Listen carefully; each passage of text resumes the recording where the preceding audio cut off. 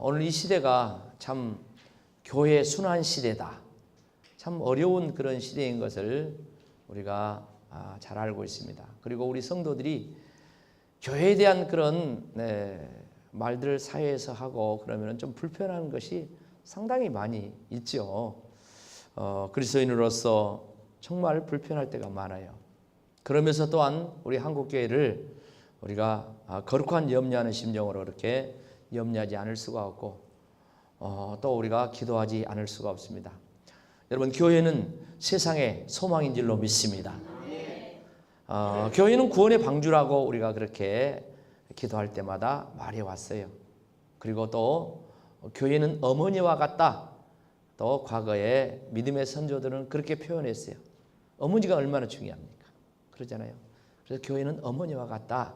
그렇게 표현한 그런 시대도 있었습니다. 오늘 말씀 이제 편지라는 그런 주제로 이제 말씀을 드릴 텐데요. 성경에 보면 많은 편지들이 있습니다. 구약에도 조금 이렇게 나오고요. 신약에 집중적으로 편지가 나오는데 사실 그 사도행전도 역사적인 내용을 기록하지만 그 개인에게 이 데오빌로 가카라는 사람에게 누가가 보낸 편지 형식이에요.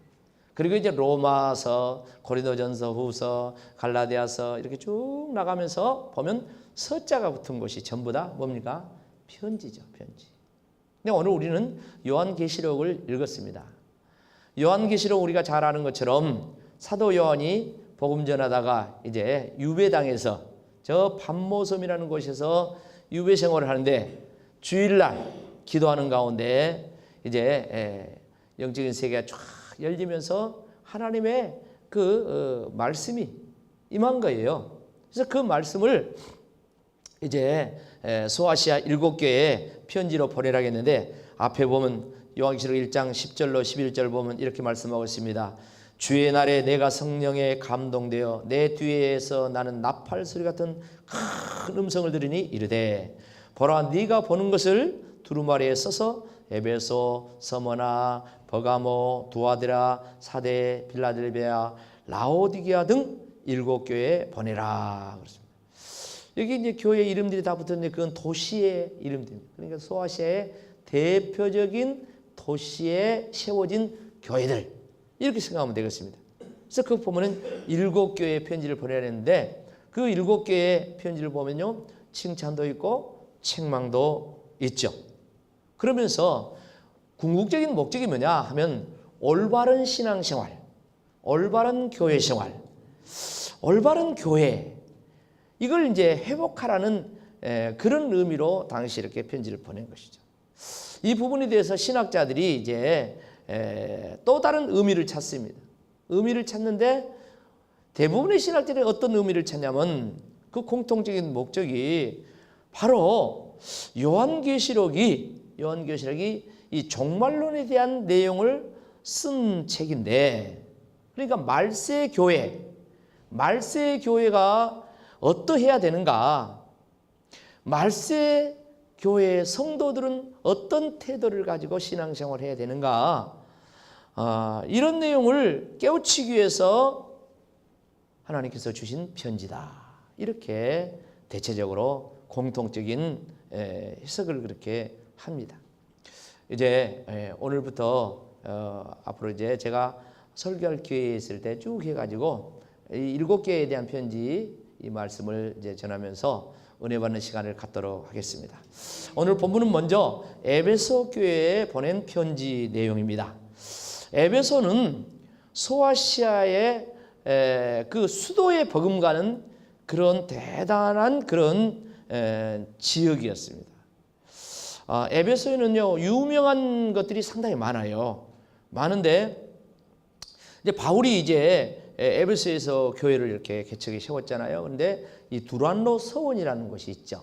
두란노 서원. 그러니까 에베소에는 그 서원은 이제 옛날 우리로 말하면 뭐 서당 그런가 하면 뭐 도서관이 많은 이런 곳 이렇게 볼 수가 있죠. 그래서 에베소에 이제 그런 부분들이 있고요. 그 다음에 또 그 에베소에는 아주 엄청난 그런 경기장이 있어요. 그 원형 경기장인데 약 2만 4천 명 수용할 수 있는, 그러니까 2000년 전에 2만 4천 명 수용할 수 있는 경기장이 대단하잖아요. 예전에 터키 근방에 소아시아 7개에 이제 성지순례를 가서 봤는데요. 지금도 그 흔적이 쭉 이렇게 남아 있어요. 남아 있는데 그 2만 4천 명이 쫙 경기장에 거기서 이제 경기를 하고, 또 거기서 때로 많은 집회, 많은 사람들이 모여서 이제 집회도 이렇게 하고. 근데 마이크 시설 이런 게 없잖아요, 그때는. 그런데요, 놀라운 것은 그렇게 넓은 곳에 집회를 하는데 사람이 말을 하면 저기 스탠드에 있는 사람이 그 말을 알아먹어요. 이 본부석에서 이야기를 하면 어떻게 그렇게 잘 지었을까 할 정도로. 그리고 에베소에는 또 대단한 신전인데, 아데미 신전이라는 신전인데 여기에는요, 놀랄 준비하세요. 5만 명이 들어가. 신전에 5만 명. 그러니까 교회가 5만 명이 들어가는 그런 교회가 있다, 이렇게 생각하면. 우리나라는 없죠, 아직. 대단합니다. 2000년 전에 신전을 지었는데 5만 명이 들어가가지고 그 아데미라는 신을, 그러니까 우상이죠. 이 아데미 우상은 풍요를 이제 추구하는 그런 신인데, 또 한편으로는 뭐냐면은 당시에 로마가 세계를 지배하고 있었잖아요. 그때 그 로마 황제를 숭배하는 그런 곳이기도 했어요. 그러다 보니까 그 엄청나게 큰 신전을 이렇게 지어놓고 거기에 이제 백성들을 모아서 우상 숭배를 하게 되는 거예요. 근데 이게요, 그 정부에서, 그러니까 에베소 그 나라에서, 그 도시에서 이걸 대대적으로 정치적으로 추구를 하는 거예요. 왜 그러냐면요, 당시에 이 로마의 이 식민지 생활하는 많은 국가들이 로마의 지원을 받고 사는 것을 대단히 이제 원했다는 거예요. 그러니까 로마 황제한테 잘 보이면 어떻게 했어요? 로마에서 많은 지원을 해줘요. 근데 특별히 경제적인 지원을 해줘요. 그래서 우리가 로마 황제에게 충성을 하기 위해서 이런 신전을 짓기를 원합니다 하면서 그렇게 이제 로마에 요청해서 또 거기서 이제 돌아오는 이런 물질적인 지원을 받아 그래 세운 거예요. 그런데 지어놓고 나서도 계속해서 이 경제적인 창출이 일어나는 거예요. 왜 그러냐면요, 이 5만 명의 사람들이 거기에 모여드는데 그 아데미 신전에서 일하는 사람들이 수백 명이야. 엄청나게 많은 그런 직원들, 이런 사람들이 또 필요하죠. 그런가 하면요, 5만 명의 사람들이 거기 들어갔는데 5만 명만 거기 오겠습니까? 엄청나게 많은 사람인데 이 우상 숭배하는 사람 특징이 뭡니까? 예를 들면 우리가 그 절에 가면은 절에 가서 불공을 드리고 뭐합니까? 그냥 옵니까? 그냥 안 오고 뭐 갖고 와요? 뭐 부적이라든가 뭐 염주라든가 이 우상 이런 것들을 많이 이렇게 가지고 오잖아요. 그런데 특별히 이제 그 아데미 우상을 숭배하는 아데미라는 그 여신, 이 신 있잖아요. 신을 조각한 이것부터 시작해가지고 많은 그런 이 금장색, 금으로 이렇게 도구만 이런 우상들을 엄청나게 만들어서 팔았어요. 근데 그게 또 돈이 얼마나 되냐 이것이. 그래서 이 아데미 신전 하나 세워놓고 에베소가 먹고 사는 거예요. 그런 곳이 바로 에베소였고, 그곳에 사도 바울이 가서 이제 전도해서 교회다운 교회, 에베소 교회를 세웠어요.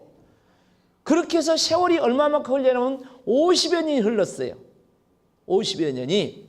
이 편지를 보낼 때 이제 50여 년의 세월이 흘러서 그 에베소 교회에 이제 편지를 보낸 거예요.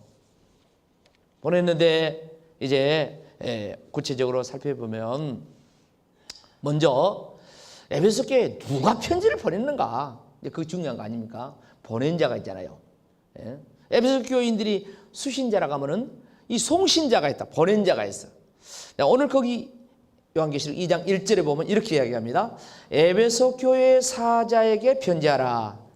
오른손에 있는 7 별을 붙잡고 7 금초대 사이를 거니신 이가 이르시되. 그러니까 오른손에 7 별을 붙잡고 7 금초대 사이를 거니신 그분이 편지를 보내라고 말씀을 하고 있습니다.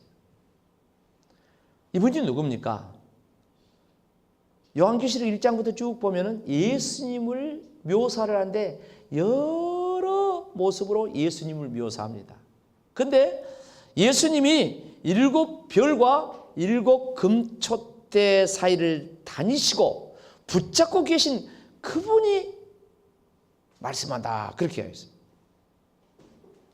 자, 그러면은 7 별과 7 금촛대를 뭐라고 이야기합니까? 요한계시록 1장 20절 그 위에 보면 이렇게 합니다. 네가 본 것은 내 오른손의 7 별의 비밀과 또 7 금촛대라. 7 별은 7 뭐고요? 교회의 사자요. 7 촛대는 7 교인이라. 그러니까 7 별은 7 교회의 사자를 이야기하고 7 촛대는 7 교회를 말한다고 했어요. 자, 7 교회의 사자는 교회의 목회자들을 일반적으로 이야기합니다.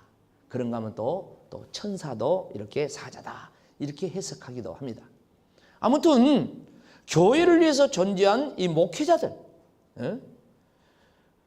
그들을 하나님께서 예수님께서 능력의 손으로 붙들고 계신다 그랬어요.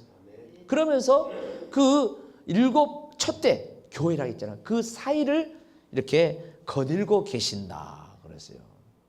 그러니까 전적으로 교회는 주님이 함께 하셔야 됩니다. 죄종들이 함께 하셔야 돼요. 그 교회의 역사를 이렇게 말씀하면서 주님이 이제 에베소 교회 편지를 지금 보낸다고 하고 있어요. 사랑하는 성도 여러분, 교회가 위대하다고 하는데 왜 교회가 위대합니까? 교회가 구원의 방주라고, 교회가 민족의 소망이라고 이제 이렇게 교회의 중요성을 왜 이야기합니까? 그것은 예수님께서 당신의 피값으로 교회를 세우셨고, 또한 예수님께서 능력의 오른손으로 사자들을 붙들고 계시고, 그리고 그 교회에 계속해서 함께 하시기 때문에 교회가 위대한 것입니다. 교회가. 그래서 이 교회를 예수님은 그렇게 이야기했죠. 음부의 권세가 이기지 못한다고 했어요. 우리가 잘 아는 마태복음 16장 18절 말씀 보면은 베드로가 신앙 고백을 할 때 내가 이 반석에 내 교회를 세우리니 하시면서 음부의 권세가 뭐라야? 이기지 못하랴. 마귀 권세입니다. 여러분, 아무리 마귀가 강력하다 할지라도 그 마귀 권세가 절대로 교회를 이길 수가 없습니다. 교회를 흔든다고 할지라도 마귀 권세가 교회를 이길 수가 없습니다. 주님이 붙들고 계신 이상, 주님이 함께 하신 이상 절대로 교회를 마귀가 이길 수가 없어요. 주님이 주님이 뭐였습니까? 주님이 떠나버리고 주님이 버려버리고 그러지 않는 이상 절대로 음부의 권세가 이길 수가 없어요. 그 주님께서 에베소 교회에 편지를 보내셨다 했어요. 그 주님께서 저와 여러분의 섬기는 교회에 이미 말씀으로 오신 줄로 믿습니다. 자, 그렇다면 에베소 교회에 보낸 편지의 내용이 뭡니까? 내용은 크게 3가지로 이렇게 정리할 수 있는데요. 첫째는 뭐냐면은 칭찬하는 내용이에요. 칭찬. 자, 2절 3절 말씀하고 있죠. 내가 내 행위와 수고와 내 인내를 알고 또 악한 자를 용납하지 아니한 것과 자칭 사도라 하되 아닌 자들을 시험하여 그의 거짓된 것을 내가 드러낸 것과 또 내가 참고 내 이름을 위하여 견디고 게으르지 아니한 것을 아노라. 여러분, 예수님께서 먼저 네 행위와 수고와 인내를 안다고 했습니다. 사실 사람들은 그렇습니다. 사람의 인정을 받고 싶은 것이 다 누구에게나 있어요. 그걸 가르쳐 인정 욕구라고 그러잖아요. 인정받고 싶은 욕구. 그래서 이제 교회에서 이제 이렇게 봉사하는 사람들 이름들 보면 참 뭐 칭찬 한마디 듣고 싶고 인정받고 싶고 또 칭찬 안 해주면 또 삐지고 그런 사람들이 이렇게 있어요, 사실. 그런데 이건 사람에게 이 칭찬받고 싶은, 인정받고 싶은 그 본능이 다 있기 때문에 이제 그런 부분들도 나타나는데, 오늘 말씀을 들으면서 우리가 위로받을 것은 사람은 몰라줘도 누구는 아신다? 예수님은 아신다. 할렐루야. 주님이 아신 줄로 믿습니다. 옆 사람과 주님이 아십니다. 내 수고와 네 행위와 네 인내를 안다. 저는 설교를 준비하면서 우리 시대에서 전담방송을 생각하면서 참 먼저 우리 지사장님과 우리 직원들을 주님이 아신다. 사실 선교기관이 힘들어요. 왜 그러냐면 이걸 운영을 하려면 사실 물질이 있어야 되잖아요. 그런데 어쩌니까 전부 다 속된 말로 남의 주머니 것을 가지고 와야 돼. 가서 또 아쉬운 소리 해야 되고, 기도하지만 이제 돌아다니면서 교회 또 목사님들, 장로님들, 성도들 찾아다니면서 후원해달라고, 이게 보통 어려운 일이 아닙니다. 어려운 일이 아닙니다. 그러면서 이 일을 해야 돼. 누가 알아줍니까? 솔직히 별로 알아주는 사람도 없어요. 그렇다 해서 제가 생각할 때는 우리 직원들 월급도 별로 박봉이라고 생각해요. 뭐 KBS나 MBC나 이런 데서 근무하는 사람들하고 비하면 월급이 뭐 절반이나 될까요? 월급도 박봉이에요. 그런데 그럼에도 불구하고 우리가 믿음으로 하고 사명으로 하는 줄로 믿습니다. 누가 알아주세요? 주님이 알아주십니다. 저는 또 생각해 봤어요. 우리 중보기도회, 중보기도회 하는데 이 중보기도회가 그게 보통 그렇게 쉬운 일이 아닙니다. 서울 본사에서도 중보기도회 만들어 가지고 이렇게 해봤어요. 해봤는데 참 방송국에 한다고 하니까 이렇게 서울은 큰 도시니까 많이 몰려오더라고요. 몰려오는데 사실 나중에 보면은 그게 믿음이 신실하지 못하고 사명이 없는 사람들은 다 떨어져 나가요. 이게 뭐 하루 이틀 뭐 한 달 두 달 하고 끝날 것이 아니잖아요. 계속 이렇게 해야 돼요. 비가 오나 눈이 오나 바람이 부나 계속 해야 돼요. 계속 해야 되는데 또 우리 전남방송 같은 경우는 좀 이렇게 소도시고 그러다 보니까 또 그렇게 많은 분들이 또 안 모여.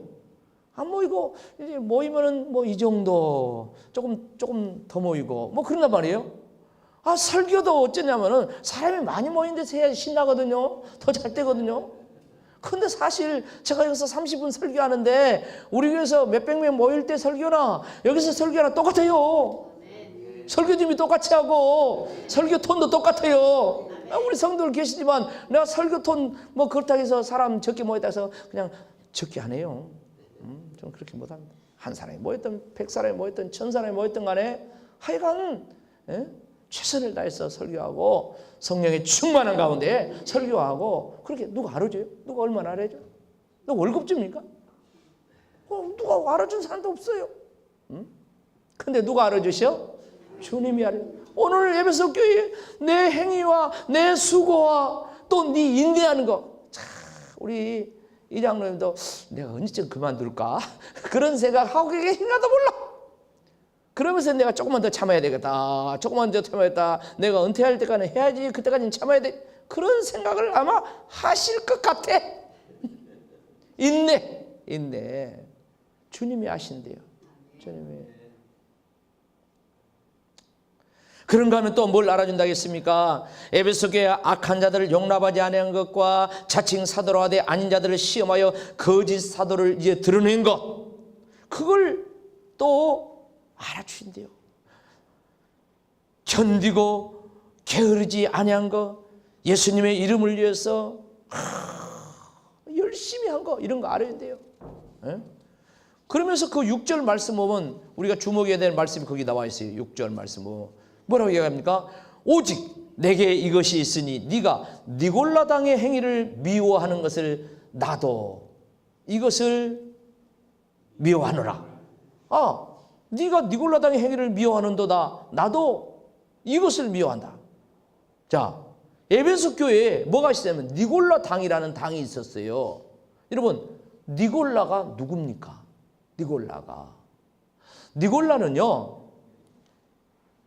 사도행전 6장 4절에 보면 초대교회 때 7집사를 세우는데 믿음과 성령이 충만한 사람 스데반과 빌립과 브로고로 니가노로 디몬 바메나 유대교에 입교한 누구? 니골라. 안디옥 사람 니골라를 택하여, 지금요 안디옥 사람 니골라를 택하여 사도들이 안수하여서 집사로 세웠던 사람이에요. 그러니까 믿음과 성령이 충만한 이 니골라가 변질이 돼가지고 당을 지어가지고 지금 교회를 어지럽게 하는 그런 모습이라는 거예요. 그걸 미워한다.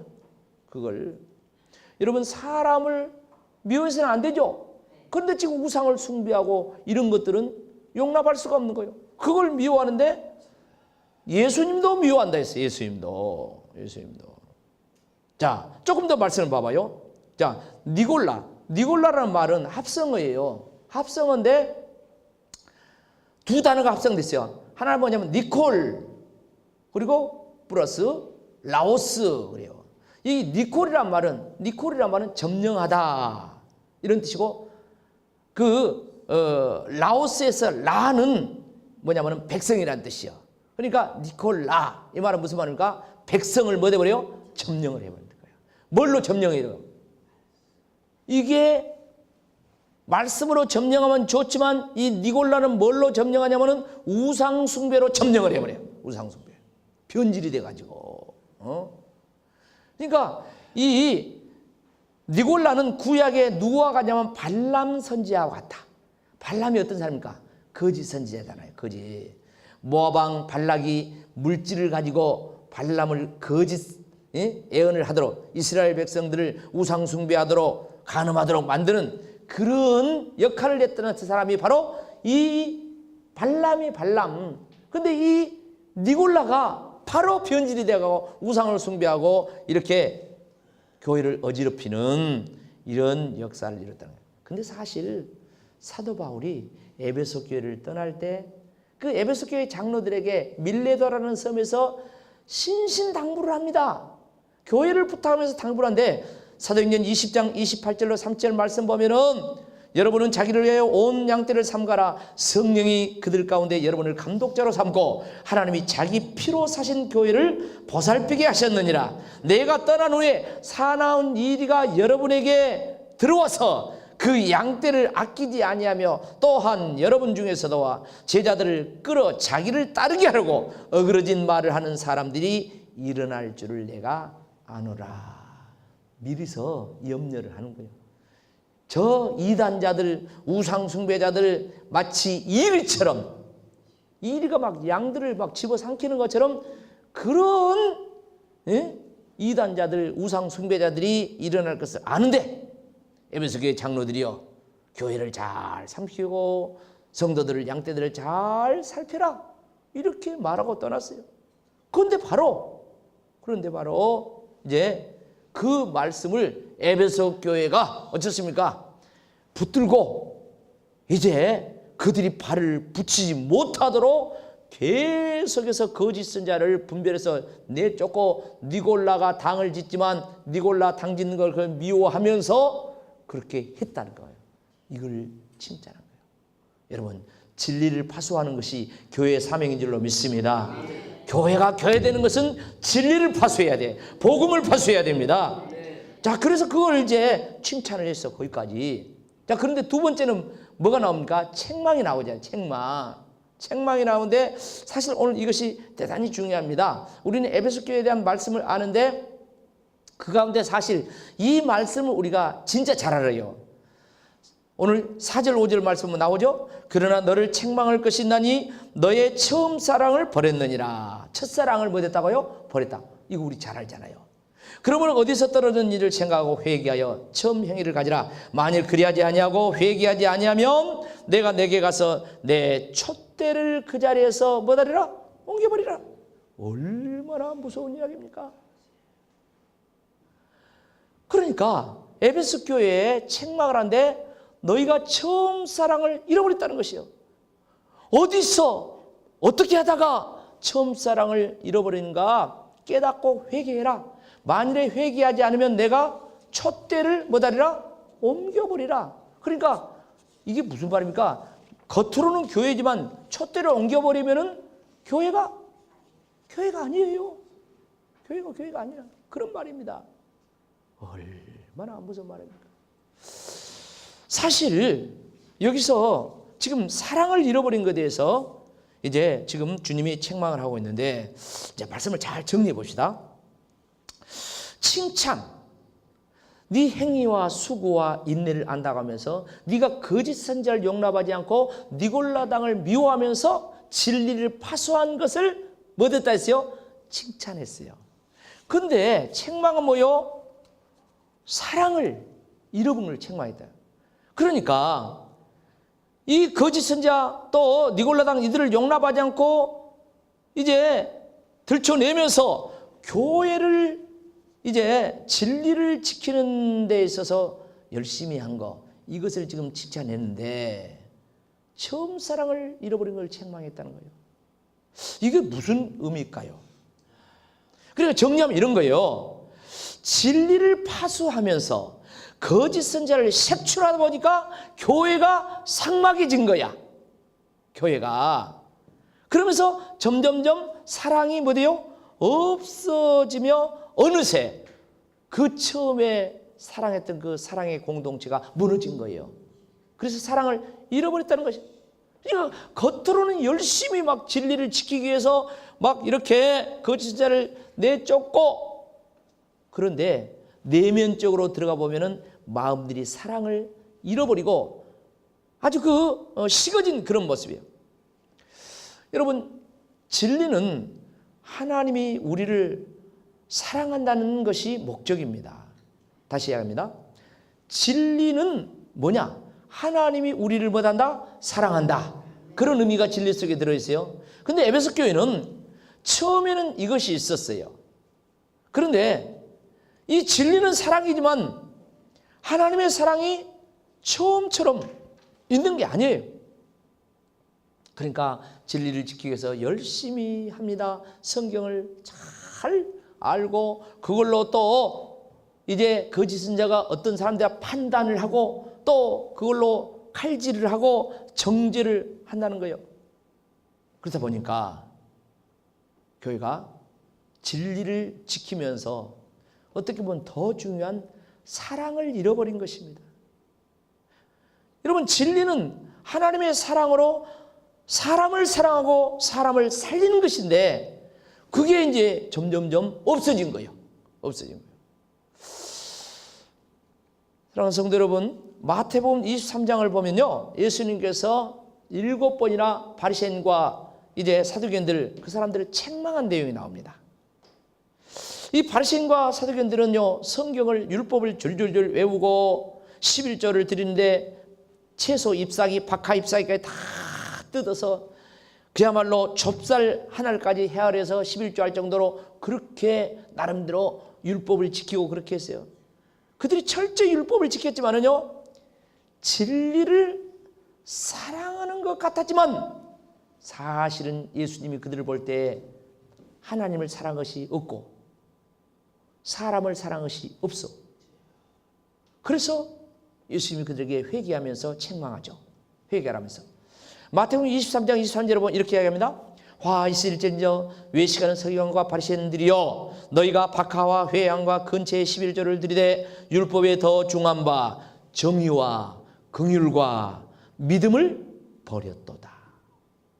그러나 이것도 행하고 저것도 버리지 말아야 할지니라. 바로 이 말입니다. 오늘 에베소 교회가 겉으로는 진리의 파수꾼처럼 잘하는 것 같았지만 그 내면에는 하나님을 사랑하듯이 사람을 사랑해야 되는데, 사람을 살려야 되는데 그 사랑이 처음처럼 있는 것이 아니라는 거예요. 그래서 교회가 이제 삭막한 거야, 교회가.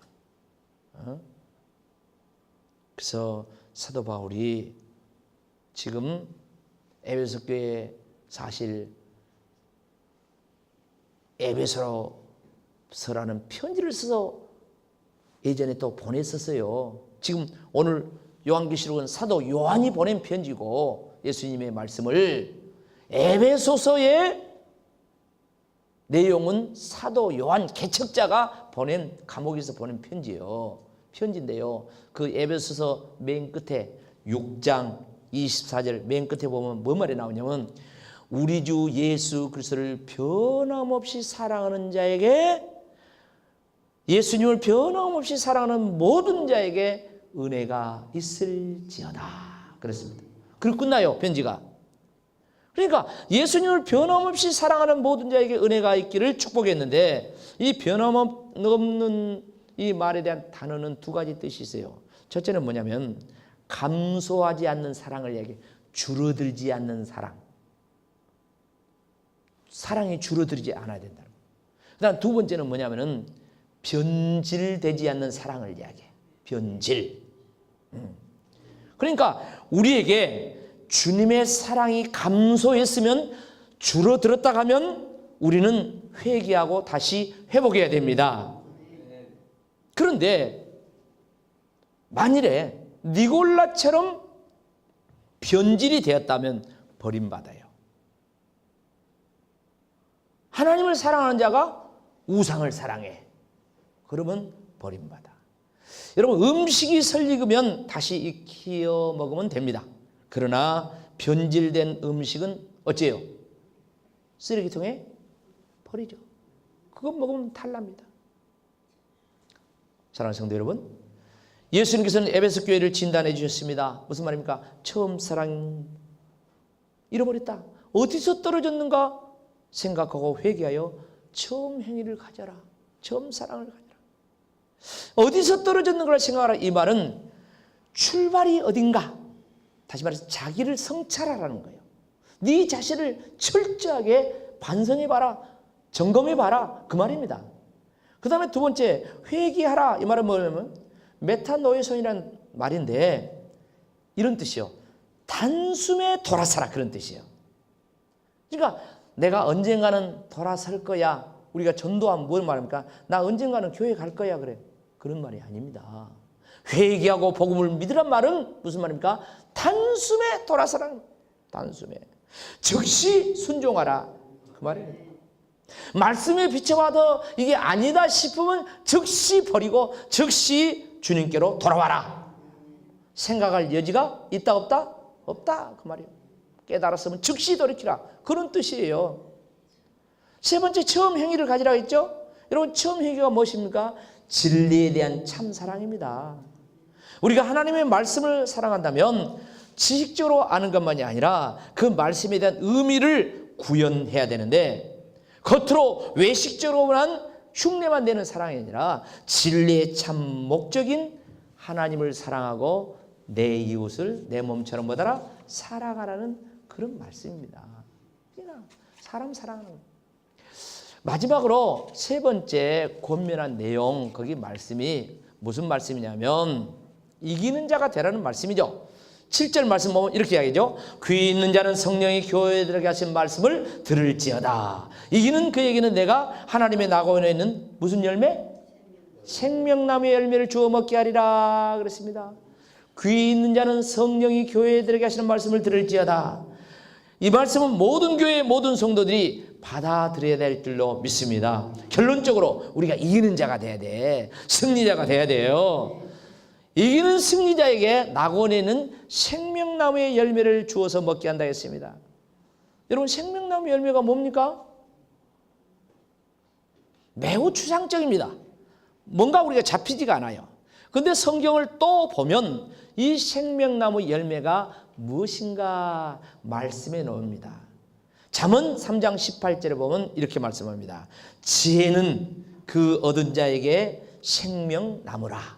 지혜를 가진 자는 복이 되도다. 복되도다 그랬어요. 그러니까 본문에서는 요한계시록은 생명나무의 열매가 무엇인지 잘 몰라요. 그런데 잠언에서는 지혜가 생명나무라. 그렇게 말씀. 생명나무의 열매를 주워 먹는다는 것은 무엇을 먹었다는 것입니까? 지혜를 얻었다는 것입니다. 왜 지혜를 생명나무의 열매라고 잠언에서는 말씀했을까요? 다시 에베소 교회에 보낸 편지의 말씀을 곰곰이 생각해 보십시오. 에베소 교회 칭찬이 무엇이었습니까?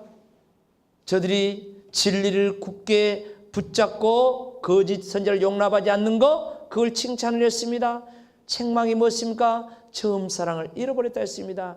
다시 말씀드리면 어쩌다 처음 사랑을 잃어버렸습니까? 진리를 지키다가 거짓 선지자들을 대적하다가 보니까 사람을 쳐내야 돼. 그러다 보니까 사람을 사랑해야 된다는 진리의 목적, 그것을 상실해버려.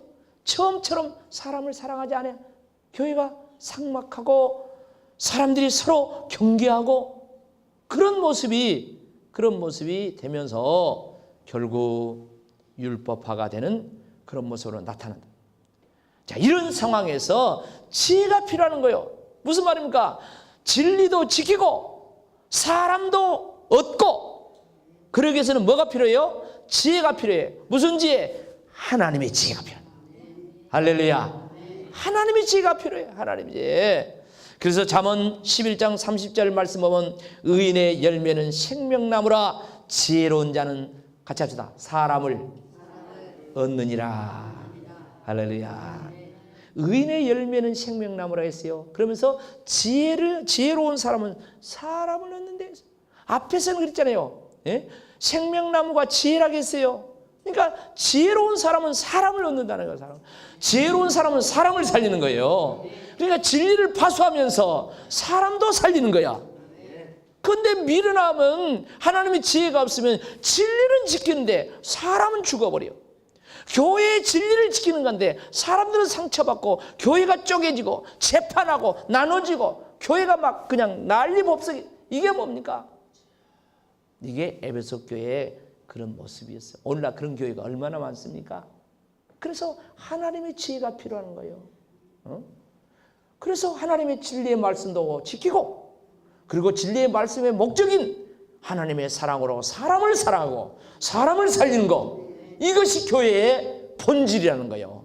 이것이 우리 교회 회복되기를 축복합니다. 한국교회 회복되기를 축복합니다. 지금 한국교회가 이게 없으니까 진리를 지키는 것도 부족하고, 또 어떤 진리를 지키는 것 같지만 또 그걸로 말미암아 또 2단이다 3단이다 쳐내다 보니까 이게 막 교단이 막 갈라지고 나눠지고 쪼개지고 얼마나 문제가 됩니까? 진보 보수 하면서 정치에 해가지고 뭐 태극기 부대 뭐 하고 또 그다음 뭐 촛불 뭐다, 그게 그 다 보면은 우리 교인들의 그 속에 다 섞여 있지 않습니까? 그러면서 우리가 뭡니까? 뭐 태극기 부대도 우리도 진리를 지킨다고 하고 촛불 한 사람들도 진리를 지킨다고 해요. 근데 어찌입니까? 그러고 하면 싸우고 있잖아요. 사람을 잃어버리고 있잖아요. 사람을 살리는 게 아니라 죽이고 있잖아요. 여러분, 오늘 주님이 말씀한 것이 정답입니다. 교회가 살 길입니다. 우리 성도가 살 길입니다. 그래서 철저하게 주께서 보낸 이 편지가 저와 여러분의 심령의 믿음이 되고 우리가 섬기는 교회의 가치가 되고 또 이 세상에 전파되어서 하나님의 나라가 교회를 통해서 계속해서 이루어지고 있는데 더욱더 훌륭하게 이루어지는 은혜가 있기를 주의 이름으로 축복합니다. 아멘.